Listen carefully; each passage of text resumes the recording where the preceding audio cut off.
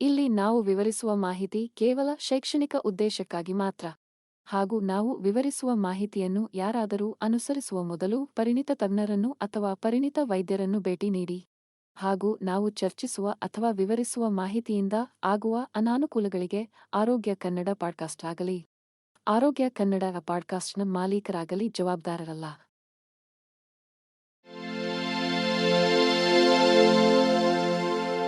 ಆರೋಗ್ಯ ಮಾಹಿತಿಯ ಏಕೈಕ ತಾಣ ಆರೋಗ್ಯ ಕನ್ನಡ ಪಾಡ್ಕಾಸ್ಟ್ಗೆ ಸ್ವಾಗತ.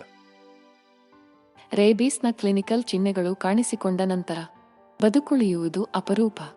ರೇಬೀಸ್ ಸೋಂಕಿತ ಪ್ರಾಣಿಗಳ ಕಡಿತ ಅಥವಾ ಗೀರುಗಳ ಮೂಲಕ ಹರಡುವ ವೈರಲ್ ಕಾಯಿಲೆ. ಪ್ರಾಣಿಗಳು ಮತ್ತು ಮನುಷ್ಯರ ಮೇಲೆ ಸಮಾನವಾಗಿ ಪರಿಣಾಮ ಬೀರುತ್ತದೆ. ಇದು ರೋಗಲಕ್ಷಣಗಳ ಶ್ರೇಣಿಯಿಂದ ನಿರೂಪಿಸಲ್ಪಟ್ಟಿದೆ. ಇದನ್ನು 2 ಹಂತಗಳಾಗಿ ವಿಂಗಡಿಸಬಹುದು: ಪ್ರೋಡ್ರೋಮಲ್ ಮತ್ತು ಕ್ಲಿನಿಕಲ್. ಪ್ರೋಡ್ರೋಮಲ್ ಹಂತದಲ್ಲಿ ಇದು 2-10 ದಿನಗಳವರೆಗೆ ಇರುತ್ತದೆ. ವ್ಯಕ್ತಿಗಳು ಜ್ವರ, ತಲೆನೋವು, ಆಯಾಸ ಮತ್ತು ಕಚ್ಚುವಿಕೆಯ ಸ್ಥಳದಲ್ಲಿ ಅಸ್ವಸ್ಥತೆಯನ್ನು ಅನುಭವಿಸಬಹುದು. ರೋಗವು ಕ್ಲಿನಿಕಲ್ ಹಂತಕ್ಕೆ ಮುಂದುವರೆದಂತೆ ನರವೈಜ್ಞಾನಿಕ ಲಕ್ಷಣಗಳು ಪ್ರಮುಖವಾಗುತ್ತವೆ. ಇವುಗಳಲ್ಲಿ ಆತಂಕ, ಆಂದೋಲನ, ಗೊಂದಲ, ಸನ್ನಿವೇಶ, ಭ್ರಮೆಗಳು, ಅತಿಯಾದ ಜೊಲ್ಲು ಸುರಿಸುವುದು ಹೈಡ್ರೋಫೋಬಿಯಾ, ನುಂಗಲು ತೊಂದರೆ ಡಿಸ್ಫೇಜಿಯಾ, ಸ್ನಾಯು ಸೆಳೆತ ವಿಶೇಷವಾಗಿ ನೀರಿಗೆ ಪ್ರತಿಕ್ರಿಯೆಯಾಗಿ ಏರೋಫೋಬಿಯಾ ಮತ್ತು ಅಂತಿಮವಾಗಿ ಪಾರ್ಶ್ವವಾಯು ಸೇರಿವೆ. ರೇಬೀಸ್ ಮಾರಣಾಂತಿಕ ವೈರಸ್ ಆಗಿದ್ದು ಅದು ಮನುಷ್ಯರಿಗೆ ಮತ್ತು ಪ್ರಾಣಿಗಳಿಗೆ ಗಮನಾರ್ಹ ಅಪಾಯವನ್ನುಂಟು ಮಾಡುತ್ತದೆ. ಮಾನವರಲ್ಲಿ ರೇಬೀಸ್ನ ಲಕ್ಷಣಗಳನ್ನು ಅರ್ಥಮಾಡಿಕೊಳ್ಳುವುದು ಈ ಅತ್ಯಂತ ಸಾಂಕ್ರಾಮಿಕ ಕಾಯಿಲೆಯ ಆರಂಭಿಕ ಪತ್ತೆ ಮತ್ತು ತಡೆಗಟ್ಟುವಿಕೆಗೆ ನಿರ್ಣಾಯಕವಾಗಿದೆ.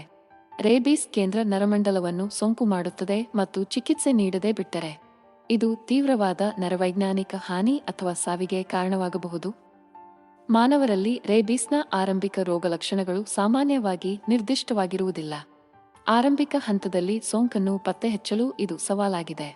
ಬಾವಲಿಗಳು, ನಾಯಿಗಳು ಅಥವಾ ರಕೂನ್ಗಳಂತಹ ಸೋಂಕಿತ ಪ್ರಾಣಿಗಳಿಂದ ಕಚ್ಚುವಿಕೆಯ ಮೂಲಕ ವೈರಸ್ ಸಾಮಾನ್ಯವಾಗಿ ದೇಹವನ್ನು ಪ್ರವೇಶಿಸುತ್ತದೆ. ವೈರಸ್ ಮೆದುಳಿನ ಕಡೆಗೆ ನರಗಳ ಹಾದಿಯಲ್ಲಿ ಚಲಿಸುವಾಗ ವ್ಯಕ್ತಿಗಳು ಜ್ವರ, ತಲೆನೋವು, ಆಯಾಸ ಮತ್ತು ಸಾಮಾನ್ಯ ಅಸ್ವಸ್ಥತೆಯನ್ನು ಅನುಭವಿಸಬಹುದು. ರೋಗವು ಅದರ ನಂತರದ ಹಂತಗಳಿಗೆ ಮುಂದುವರೆದಂತೆ ಹೆಚ್ಚು ತೀವ್ರವಾದ ರೋಗಲಕ್ಷಣಗಳು ಪ್ರಕಟಗೊಳ್ಳಲು ಪ್ರಾರಂಭಿಸುತ್ತವೆ. ಬೆಳಕು ಮತ್ತು ಧ್ವನಿಗೆ ಹೆಚ್ಚಿದ ಸಂವೇದನೆಯಿಂದಾಗಿ ರೋಗಿಗಳು ಆತಂಕ ಅಥವಾ ಆಂದೋಲನವನ್ನು ಪ್ರದರ್ಶಿಸಬಹುದು. ರೇಬೀಸ್ ಕೇಂದ್ರ ನರಮಂಡಲದ ಮೇಲೆ ಪರಿಣಾಮ ಬೀರುವ ವೈರಲ್ ಕಾಯಿಲೆಯಾಗಿದ್ದು ಪ್ರಾಣಿಗಳಿಂದ ಮನುಷ್ಯರಿಗೆ ಹರಡುವ ಸಂಭಾವ್ಯತೆಯ ಕಾರಣದಿಂದಾಗಿ ಜಾಗತಿಕ ಕಾಳಜಿಯಾಗಿದೆ. ಇದು ಪ್ರಾಥಮಿಕವಾಗಿ ನಾಯಿಗಳು, ಬಾವಲಿಗಳು, ರಕೂನ್ಗಳು ಮತ್ತು ನರಿಗಳಂತಹ ಸೋಂಕಿತ ಪ್ರಾಣಿಗಳಿಂದ ಕಡಿತ ಅಥವಾ ಗೀರುಗಳ ಮೂಲಕ ಹರಡುತ್ತದೆ. ಆದಾಗ್ಯೂ ವೈರಸ್ ಲೋಳೆಯ ಪೊರೆಗಳು ಅಥವಾ ಒಡೆದ ಚರ್ಮದೊಂದಿಗೆ ಸಂಪರ್ಕಕ್ಕೆ ಬಂದರೆ ಸಹ ಇದು ಸಂಕುಚಿತಗೊಳ್ಳಬಹುದು. ಮಾನವರಲ್ಲಿ ರೇಬೀಸ್ ರೋಗಲಕ್ಷಣಗಳನ್ನು ಗುರುತಿಸುವುದು ಆರಂಭಿಕ ರೋಗನಿರ್ಣಯ ಮತ್ತು ತ್ವರಿತ ವೈದ್ಯಕೀಯ ಮಧ್ಯಸ್ಥಿಕೆಗೆ ನಿರ್ಣಾಯಕವಾಗಿದೆ. ಮಾನವರಲ್ಲಿ ರೇಬೀಸ್ ಸೋಂಕಿನ ಮೊದಲ ಚಿಹ್ನೆಗಳಲ್ಲಿ ಒಂದು ಜ್ವರ, ತಲೆನೋವು ಮತ್ತು ಸಾಮಾನ್ಯ ಆಯಾಸ ಸೇರಿದಂತೆ ಜ್ವರ ತರಹದ ಲಕ್ಷಣಗಳು. ದೇಹದಲ್ಲಿ ವೈರಸ್ ಮುಂದುವರೆದಂತೆ ಹೆಚ್ಚು ನಿರ್ದಿಷ್ಟ ಲಕ್ಷಣಗಳು ಕಾಣಿಸಿಕೊಳ್ಳಲು ಪ್ರಾರಂಭಿಸುತ್ತವೆ. ರೇಬೀಸ್ ವೈರಸ್ನಿಂದ ಉಂಟಾಗುವ ಮಾರಣಾಂತಿಕ ಕಾಯಿಲೆ ಸಾಮಾನ್ಯವಾಗಿ ಪ್ರಾಣಿಗಳೊಂದಿಗೆ ಸಂಬಂಧ ಹೊಂದಿದೆ. ಆದಾಗ್ಯೂ ಈ ಕೆಟ್ಟ ವೈರಸ್ಗೆ ಮನುಷ್ಯರೂ ಬಲಿಯಾಗಬಹುದು ಎಂಬುದು ಅನೇಕ ಜನರಿಗೆ ತಿಳಿದಿರುವುದಿಲ್ಲ. ಮಾನವರಲ್ಲಿ ರೇಬೀಸ್ನ ಮೊದಲ ರೋಗಲಕ್ಷಣಗಳು ಸೋಂಕಿತ ಪ್ರಾಣಿಯಿಂದ ಕಚ್ಚಿದ ನಂತರ ಕೆಲವು ದಿನಗಳಿಂದ ಹಲವಾರು ವರ್ಷಗಳವರೆಗೆ ಎಲ್ಲಿಯಾದರೂ ಪ್ರಕಟವಾಗಬಹುದು. ಈ ಅನಿರೀಕ್ಷಿತ ಕಾಲಮಿತಿಯು ಸಂಭಾವ್ಯವಾಗಿ ಒಡ್ಡಿಕೊಂಡ ವ್ಯಕ್ತಿಗಳಿಗೆ ತಕ್ಷಣದ ವೈದ್ಯಕೀಯ ಆರೈಕೆಯನ್ನು ಪಡೆಯಲು ಹೆಚ್ಚು ನಿರ್ಣಾಯಕವಾಗಿಸುತ್ತದೆ. ಮಾನವರಲ್ಲಿ ರೇಬೀಸ್ನ ಆರಂಭಿಕ ಚಿಹ್ನೆಗಳು ಸಾಮಾನ್ಯವಾಗಿ ನಿರ್ದಿಷ್ಟವಲ್ಲದ ಮತ್ತು ಫ್ಲೂ ತರಹದ ಸ್ವಭಾವವನ್ನು ಹೊಂದಿರುತ್ತವೆ. ಜ್ವರ, ಆಯಾಸ, ತಲೆನೋವು ಮತ್ತು ಸ್ನಾಯು ನೋವುಗಳು ಆರಂಭಿಕ ರೋಗಲಕ್ಷಣಗಳಲ್ಲಿ ಸೇರಿವೆ. ಇದು ಇನ್ಫ್ಲೂಯೆನ್ಸಾ ಅಥವಾ ತೀವ್ರವಾದ ಶೀತದಂತಹ ಸಾಮಾನ್ಯ ಕಾಯಿಲೆಗಳೆಂದು ತಪ್ಪಾಗಿ ಗ್ರಹಿಸಬಹುದು. ಸೋಂಕು ಮುಂದುವರೆದಂತೆ ಹೆಚ್ಚು ಆತಂಕಕಾರಿ ಲಕ್ಷಣಗಳು ಹೊರಹೊಮ್ಮಲು ಪ್ರಾರಂಭಿಸುತ್ತವೆ.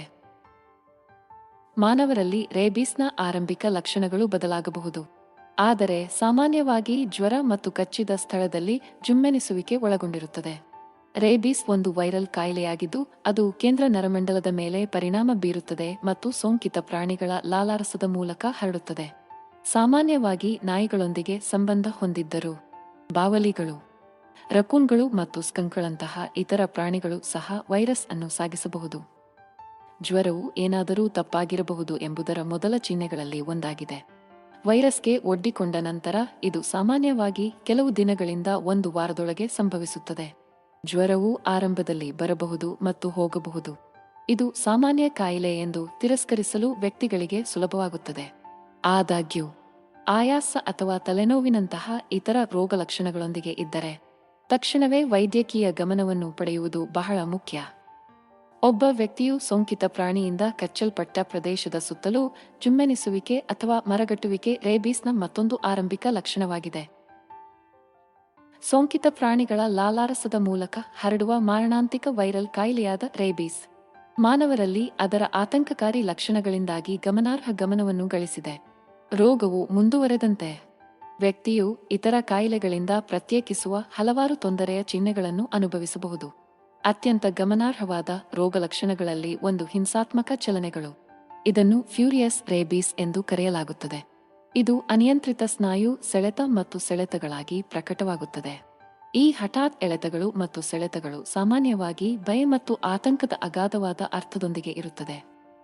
ಹಿಂಸಾತ್ಮಕ ಚಲನೆಗಳ ಜೊತೆಗೆ ಮುಂದುವರಿದ ಹಂತದ ರೇಬೀಸ್ನಿಂದ ಬಳಲುತ್ತಿರುವವರು ಅನಿಯಂತ್ರಿತ ಉತ್ಸಾಹ ಅಥವಾ ಹೈಪರ್ ಆಕ್ಟಿವಿಟಿಯನ್ನು ಸಹ ಪ್ರದರ್ಶಿಸಬಹುದು.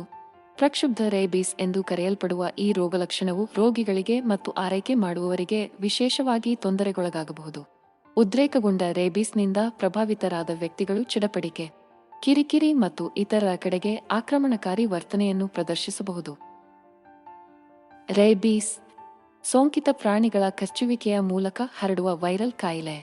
ಸಾಮಾನ್ಯವಾಗಿ ಅದರ ಅತ್ಯಂತ ಕುಖ್ಯಾತ ರೋಗಲಕ್ಷಣದೊಂದಿಗೆ ಸಂಬಂಧಿಸಿದೆ: ಆಕ್ರಮಣಕಾರಿ ನಡವಳಿಕೆ.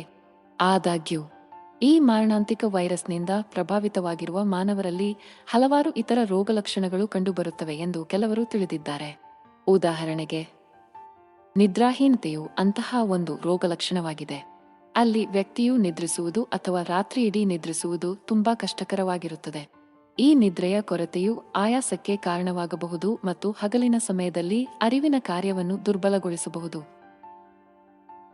ನಿದ್ರಾಹೀನತೆಯ ಜೊತೆಗೆ ರೇಬೀಸ್ ಸೋಂಕಿತ ವ್ಯಕ್ತಿಗಳು ಅನುಭವಿಸುವ ಮತ್ತೊಂದು ಸಾಮಾನ್ಯ ಲಕ್ಷಣವೆಂದರೆ ಆತಂಕ. ಈ ಕಾಯಿಲೆಯಿಂದ ಉಂಟಾಗುವ ನಿರಂತರ ಭಯ ಮತ್ತು ಚಿಂತೆಯು ಆತಂಕದ ಮಟ್ಟವನ್ನು ಹೆಚ್ಚಿಸಬಹುದು.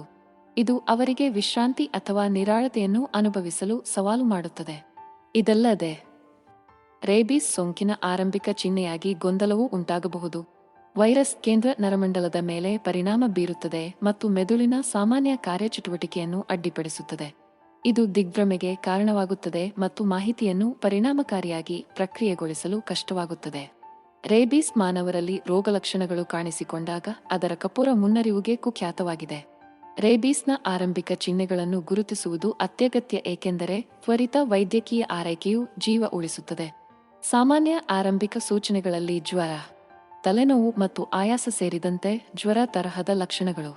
ಆದಾಗ್ಯೂ ವೈರಸ್ ದೇಹದೊಳಗೆ ವೇಗವಾಗಿ ಮುಂದುವರೆದಂತೆ ಬಲಿಪಶುಗಳು ಆಂದೋಲನ, ಆತಂಕ ಮತ್ತು ಭ್ರಮೆಗಳಂತಹ ಹೆಚ್ಚು ತೀವ್ರವಾದ ರೋಗಲಕ್ಷಣಗಳನ್ನು ಅನುಭವಿಸಲು ಪ್ರಾರಂಭಿಸುತ್ತಾರೆ.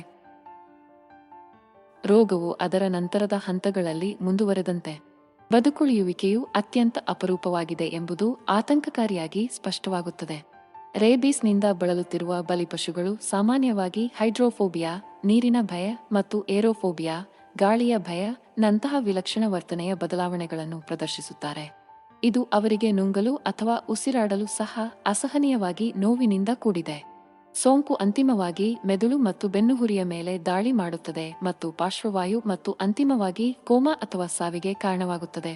ಮಾನವರಲ್ಲಿ ರೇಬೀಸ್ ರೋಗಲಕ್ಷಣಗಳು ತ್ವರಿತವಾಗಿ ಮಾರಣಾಂತಿಕ ಸ್ಥಿತಿಗೆ ಉಲ್ಬಣಗೊಳ್ಳುವುದರಿಂದ ರೋಗಲಕ್ಷಣಗಳು ಕಾಣಿಸಿಕೊಂಡಾಗ ಈ ರೋಗವು ಯಾವಾಗಲೂ ಮಾರಣಾಂತಿಕವಾಗಿರುತ್ತದೆ. ರೇಬೀಸ್ ಒಂದು ವೈರಲ್ ಸೋಂಕಾಗಿದ್ದು ಇದು ಕೇಂದ್ರ ನರಮಂಡಲದ ಮೇಲೆ ಪರಿಣಾಮ ಬೀರುತ್ತದೆ. ಪ್ರಾಥಮಿಕವಾಗಿ ಸೋಂಕಿತ ಪ್ರಾಣಿಗಳ ಕಡಿತ ಅಥವಾ ಗೀರುಗಳ ಮೂಲಕ ಹರಡುತ್ತದೆ. ವೈರಸ್ ಮೆದುಳು ಮತ್ತು ಬೆನ್ನುಹುರಿಯನ್ನು ಗುರಿಯಾಗಿಸುತ್ತದೆ, ಉರಿಯೂತ ಮತ್ತು ತೀವ್ರ ಹಾನಿಯನ್ನು ಉಂಟುಮಾಡುತ್ತದೆ. ಮಾನವರಲ್ಲಿ ರೇಬೀಸ್ನ ಆರಂಭಿಕ ಲಕ್ಷಣಗಳು ಜ್ವರ, ತಲೆನೋವು, ಆಯಾಸ ಮತ್ತು ಸ್ನಾಯು ದೌರ್ಬಲ್ಯ ಸೇರಿದಂತೆ ಜ್ವರ ತರಹದ ಕಾಯಿಲೆಗಳನ್ನು ಹೋಲುತ್ತವೆ. ಆದಾಗ್ಯೂ ಸೋಂಕು ಮುಂದುವರೆದಂತೆ ಹೆಚ್ಚು ನಿರ್ದಿಷ್ಟ ಚಿಹ್ನೆಗಳು ಹೊರಹೊಮ್ಮುತ್ತವೆ. ರೋಗಿಗಳು ಆಗಾಗ್ಗೆ ಆತಂಕ, ಗೊಂದಲ, ಭ್ರಮೆಗಳು ಮತ್ತು ನೀರಿಗೆ ಹೆಚ್ಚಿನ ಸಂವೇದನೆಯ ಕಾರಣದಿಂದಾಗಿ ನುಂಗಲು ತೊಂದರೆ ಅನುಭವಿಸುತ್ತಾರೆ. ಈ ಸ್ಥಿತಿಯನ್ನು ಹೈಡ್ರೋಫೋಬಿಯಾ ಎಂದು ಕರೆಯಲಾಗುತ್ತದೆ. ವೈರಸ್ ನರಮಂಡಲದ ನಿಯಂತ್ರಣವನ್ನು ತೆಗೆದುಕೊಳ್ಳುವುದರಿಂದ ಸ್ನಾಯು ಸೆಳೆತ ಮತ್ತು ಪಾರ್ಶ್ವವಾಯು ಅನುಸರಿಸುತ್ತದೆ. ರೇಬೀಸ್ಗೆ ಸಂಬಂಧಿಸಿದ ಯಾವುದೇ ಸಂಭಾವ್ಯ ರೋಗಲಕ್ಷಣಗಳನ್ನು ಬಹಿರಂಗಪಡಿಸಿದ ಅಥವಾ ಅನುಭವಿಸಿದ ಮೇಲೆ ತಕ್ಷಣದ ವೈದ್ಯಕೀಯ ಆರೈಕೆಯನ್ನು ಪಡೆಯುವುದು ಬಹಳ ಮುಖ್ಯ. ನೀವು ರೇಬೀಸ್ ಹೊಂದಿರುವ ಶಂಕಿತ ಪ್ರಾಣಿಯಿಂದ ಕಚ್ಚಲ್ಪಟ್ಟ ಪರಿಸ್ಥಿತಿಯಲ್ಲಿ ನಿಮ್ಮನ್ನು ಕಂಡುಕೊಂಡರೆ, ತ್ವರಿತವಾಗಿ ಕಾರ್ಯನಿರ್ವಹಿಸಲು ಮತ್ತು ತಕ್ಷಣದ ಮುನ್ನೆಚ್ಚರಿಕೆಗಳನ್ನು ತೆಗೆದುಕೊಳ್ಳುವುದು ಬಹಳ ಮುಖ್ಯ. ಕನಿಷ್ಠ 15 ನಿಮಿಷಗಳ ಕಾಲ ಸೋಪ್ ಮತ್ತು ನೀರಿನಿಂದ ಗಾಯವನ್ನು ಸಂಪೂರ್ಣವಾಗಿ ತೊಳೆಯುವುದು ನೀವು ತೆಗೆದುಕೊಳ್ಳಬಹುದಾದ ಮೊದಲ ಹಂತಗಳಲ್ಲಿ ಒಂದಾಗಿದೆ. ಈ ಸರಳವಾದ ಆದರೆ ಪರಿಣಾಮಕಾರಿ ಕ್ರಮವು ರೇಬೀಸ್ ಅನ್ನು ಸಂಕುಚಿತಗೊಳಿಸುವ ಅಪಾಯವನ್ನು ಬಹಳವಾಗಿ ಕಡಿಮೆ ಮಾಡುತ್ತದೆ. ಮಾನವರಲ್ಲಿ ರೇಬೀಸ್ ರೋಗಲಕ್ಷಣಗಳು ವಿನಾಶಕಾರಿಯಾಗಬಹುದು. ಸಂಭಾವ್ಯ ಒಡ್ಡುವಿಕೆಯೊಂದಿಗೆ ವ್ಯವಹರಿಸುವಾಗ ತಡೆಗಟ್ಟುವ ವಿಧಾನಗಳಿಗೆ ಆದ್ಯತೆ ನೀಡುವುದು ಅತ್ಯಗತ್ಯ. ರೇಬೀಸ್ ಒಂದು ವೈರಲ್ ಕಾಯಿಲೆಯಾಗಿದ್ದು, ಅದು ಪ್ರಾಥಮಿಕವಾಗಿ ಪ್ರಾಣಿಗಳ ಮೇಲೆ ಪರಿಣಾಮ ಬೀರುತ್ತದೆ, ಆದರೆ ಸೋಂಕಿತ ಪ್ರಾಣಿಗಳಿಂದ ಕಡಿತ ಅಥವಾ ಗೀರುಗಳ ಮೂಲಕ ಮನುಷ್ಯರಿಗೆ ಹರಡುತ್ತದೆ. ಗಮನಾರ್ಹ ಸಮಯದವರೆಗೆ ಸಾಬೂನು ಮತ್ತು ನೀರಿನಿಂದ ಗಾಯವನ್ನು ತ್ವರಿತವಾಗಿ ಸ್ವಚ್ಛಗೊಳಿಸುವ ಮೂಲಕ ನೀವು ಚರ್ಮದ ಮೇಲ್ಮೈಯಲ್ಲಿರುವ ಯಾವುದೇ ಸಂಭಾವ್ಯ ವೈರಸ್ ಕಣಗಳನ್ನು ಪರಿಣಾಮಕಾರಿಯಾಗಿ ತೆಗೆದುಹಾಕುತ್ತೀರಿ. ಸೋಂಕಿನ ಅಪಾಯವನ್ನು ಗಮನಾರ್ಹವಾಗಿ ಕಡಿಮೆ ಮಾಡುತ್ತೀರಿ. ರೇಬೀಸ್ ಎಂದು ಶಂಕಿಸಲಾದ ಪ್ರಾಣಿ ಕಚ್ಚಿದ ನಂತರ ಸಾಧ್ಯವಾದಷ್ಟು ಬೇಗ ಗಾಯವನ್ನು ತೊಳೆಯಲು ವೈದ್ಯಕೀಯ ತಜ್ಞರು ಶಿಫಾರಸು ಮಾಡುತ್ತಾರೆ. ಸೋಂಕಿತ ಪ್ರಾಣಿಗಳ ಕಡಿತದ ಮೂಲಕ ಹರಡುವ ಮಾರಣಾಂತಿಕ ವೈರಲ್ ಕಾಯಿಲೆಯಾದ ರೇಬೀಸ್ ಮನುಷ್ಯರಿಗೆ ಗಂಭೀರ ಅಪಾಯವನ್ನುಂಟು ಮಾಡುತ್ತದೆ. ಗಾಯವನ್ನು ತೊಳೆದ ನಂತರ ಯಾರಾದರೂ ಪ್ರಾಣಿಗಳಿಂದ ಕಚ್ಚಲ್ಪಟ್ಟ ಅಥವಾ ಗೀರುಗಳಿಗೆ ತಕ್ಷಣ ವೈದ್ಯಕೀಯ ಚಿಕಿತ್ಸೆ ಪಡೆಯುವುದು ಕಡ್ಡಾಯವಾಗಿದೆ. ಮಾನವರಲ್ಲಿ ರೇಬೀಸ್ ರೋಗಲಕ್ಷಣಗಳು ಕಾಣಿಸಿಕೊಳ್ಳಲು ವಾರಗಳು ಅಥವಾ ತಿಂಗಳುಗಳು ತೆಗೆದುಕೊಳ್ಳಬಹುದು. ಸಾಧ್ಯವಾದಷ್ಟು ಬೇಗ ಪೋಸ್ಟ್ ಎಕ್ಸ್ಪೋಸರ್ ಪ್ರೊಫಿಲ್ಯಾಕ್ಸಿಸ್ PEP ಅನ್ನು ಪಡೆಯುವುದು ನಿರ್ಣಾಯಕವಾಗಿದೆ. ಮಾನವರಲ್ಲಿ ರೇಬೀಸ್ ರೋಗಲಕ್ಷಣಗಳು ಆರಂಭಿಕ ಹಂತಗಳಲ್ಲಿ ಸಾಮಾನ್ಯವಾಗಿ ಅನಿರ್ದಿಷ್ಟವಾಗಿರುತ್ತವೆ ಮತ್ತು ಜ್ವರ, ತಲೆನೋವು ಮತ್ತು ಆಯಾಸ ಸೇರಿದಂತೆ ಜ್ವರ ತರಹದ ರೋಗಲಕ್ಷಣಗಳನ್ನು ಹೋಲುತ್ತವೆ. ರೋಗವು ಮುಂದುವರೆದಂತೆ ಆತಂಕ, ಗೊಂದಲ, ಭ್ರಮೆಗಳು ಮತ್ತು ನುಂಗಲು ತೊಂದರೆಯಂತಹ ಹೆಚ್ಚು ತೀವ್ರವಾದ ರೋಗಲಕ್ಷಣಗಳು ಪ್ರಕಟವಾಗಬಹುದು. ಈ ಕ್ಲಿನಿಕಲ್ ಚಿಹ್ನೆಗಳು ಕಾಣಿಸಿಕೊಂಡ ನಂತರ ರೇಬೀಸ್ ಯಾವಾಗಲೂ ಮಾರಣಾಂತಿಕವಾಗಿರುತ್ತದೆ. ಆದ್ದರಿಂದ ತ್ವರಿತ ವೈದ್ಯಕೀಯ ಮೌಲ್ಯಮಾಪನ ಮತ್ತು PEPಯ ಪ್ರಾರಂಭವು ವೈರಸ್ ದೇಹದಾದ್ಯಂತ ಹರಡುವುದನ್ನು ತಡೆಯಲು ಪ್ರಮುಖ ಕ್ರಮಗಳಾಗಿವೆ. ಒಬ್ಬ ವ್ಯಕ್ತಿಯು ರೇಬೀಸ್ನ ಚಿಹ್ನೆಗಳು ಮತ್ತು ರೋಗಲಕ್ಷಣಗಳನ್ನು ತೋರಿಸಲು ಪ್ರಾರಂಭಿಸಿದ ನಂತರ ರೋಗವು ಯಾವಾಗಲೂ ಮಾರಣಾಂತಿಕವಾಗಿರುತ್ತದೆ. ರೇಬೀಸ್ ಕೇಂದ್ರ ನರಮಂಡಲದ ಮೇಲೆ ಪರಿಣಾಮ ಬೀರುವ ವೈರಲ್ ಸೋಂಕು ಸೋಂಕಿತ ಪ್ರಾಣಿಯ ಕಡಿತ ಅಥವಾ ಗೀರುಗಳ ಮೂಲಕ ಹರಡುತ್ತದೆ. ಇದು ಸಾಮಾನ್ಯವಾಗಿ ಬಾವಲಿಗಳು, ರಕೂನ್ಗಳು ಮತ್ತು ನಾಯಿಗಳಂತಹ ಪ್ರಾಣಿಗಳ ಮೇಲೆ ಪರಿಣಾಮ ಬೀರುತ್ತದೆಯಾದರೂ ಮಾನವರು ಸಹ ಈ ಮಾರಣಾಂತಿಕ ಕಾಯಿಲೆಗೆ ಒಳಗಾಗಬಹುದು.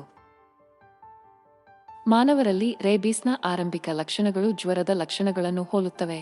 ಜ್ವರ, ತಲೆನೋವು, ಆಯಾಸ. ಆರಂಭದಲ್ಲಿ ರೋಗನಿರ್ಣಯ ಮಾಡುವುದು ಕಷ್ಟ. ಆದಾಗ್ಯೂ ವೈರಸ್ ಮುಂದುವರೆದಂತೆ ಮತ್ತು ಮೆದುಳು ಮತ್ತು ಬೆನ್ನುಹುರಿಯ ಮೇಲೆ ದಾಳಿ ಮಾಡುವುದರಿಂದ ಹೆಚ್ಚು ತೀವ್ರವಾದ ರೋಗಲಕ್ಷಣಗಳು ಉದ್ಭವಿಸುತ್ತವೆ. ಇವುಗಳಲ್ಲಿ ಆತಂಕ, ಗೊಂದಲ, ಭ್ರಮೆಗಳು, ಅತಿಯಾದ ಜೊಲ್ಲು ಸುರಿಸುವುದು ಹೈಡ್ರೋಫೋಬಿಯಾ, ನುಂಗಲು ತೊಂದರೆ ಏರೋಫೋಬಿಯಾ, ಸ್ನಾಯು ದೌರ್ಬಲ್ಯ ಅಥವಾ ಪಾರ್ಶ್ವವಾಯು ಸೇರಿವೆ. ಈ ನರವೈಜ್ಞಾನಿಕ ಲಕ್ಷಣಗಳು ಕಾಣಿಸಿಕೊಂಡ ನಂತರ ರೇಬೀಸ್ಗೆ ಯಾವುದೇ ಚಿಕಿತ್ಸೆ ಇಲ್ಲ ಮತ್ತು ಸಾವು ಸಾಮಾನ್ಯವಾಗಿ ದಿನಗಳು ಅಥವಾ ವಾರಗಳಲ್ಲಿ ಸಂಭವಿಸುತ್ತದೆ. ರೇಬೀಸ್ ಸೋಂಕು ರೇಬೀಸ್ ವೈರಸ್ನಿಂದ ಉಂಟಾಗುತ್ತದೆ. ಇದು ಮಾನವರು ಮತ್ತು ಪ್ರಾಣಿಗಳ ಮೇಲೆ ಪರಿಣಾಮ ಬೀರುವ ಮಾರಣಾಂತಿಕ ಕಾಯಿಲೆಯಾಗಿದೆ. ವೈರಸ್ ಸಾಮಾನ್ಯವಾಗಿ ಸೋಂಕಿತ ಪ್ರಾಣಿಗಳ ಕಚ್ಚುವಿಕೆಯ ಮೂಲಕ ಹರಡುತ್ತದೆ. ಪ್ರಪಂಚದ ಅನೇಕ ಭಾಗಗಳಲ್ಲಿ ನಾಯಿಗಳು ಪ್ರಾಥಮಿಕ ಮೂಲವಾಗಿದೆ. ದೇಹದೊಳಗೆ ಒಮ್ಮೆ ವೈರಸ್ ಕೇಂದ್ರ ನರಮಂಡಲದ ಮೇಲೆ ದಾಳಿ ಮಾಡುತ್ತದೆ. ಇದು ಮೆದುಳು ಮತ್ತು ಬೆನ್ನುಹುರಿಯ ತೀವ್ರವಾದ ಉರಿಯೂತಕ್ಕೆ ಕಾರಣವಾಗುತ್ತದೆ. ಮಾನವರಲ್ಲಿ ರೇಬೀಸ್ ರೋಗಲಕ್ಷಣಗಳನ್ನು ಗುರುತಿಸುವುದು ಆರಂಭಿಕ ರೋಗನಿರ್ಣಯ ಮತ್ತು ಚಿಕಿತ್ಸೆಗಾಗಿ ನಿರ್ಣಾಯಕವಾಗಿದೆ.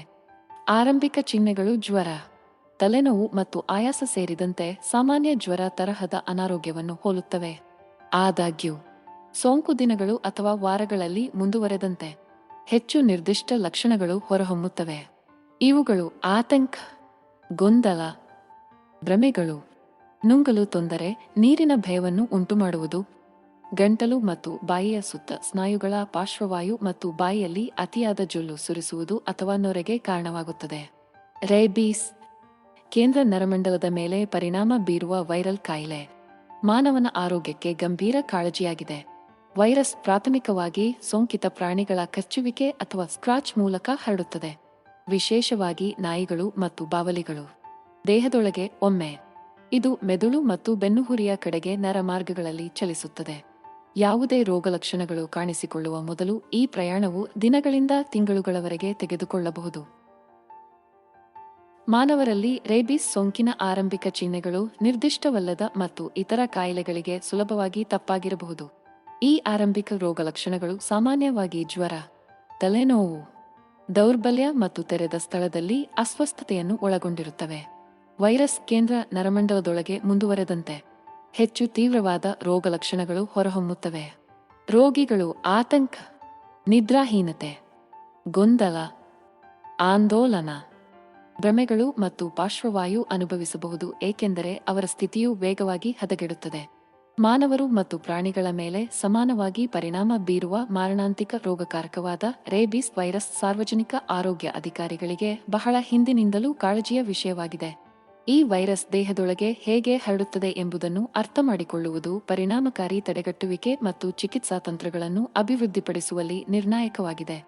ರೇಬೀಸ್ ವೈರಸ್ ಬಾಹ್ಯ ನರಗಳನ್ನು ಅನುಸರಿಸುವ ಮೂಲಕ ಮೆದುಳಿಗೆ ಪ್ರಯಾಣಿಸುತ್ತದೆ ಎಂದು ಇತ್ತೀಚಿನ ಸಂಶೋಧನೆಯು ಬಹಿರಂಗಪಡಿಸಿದೆ.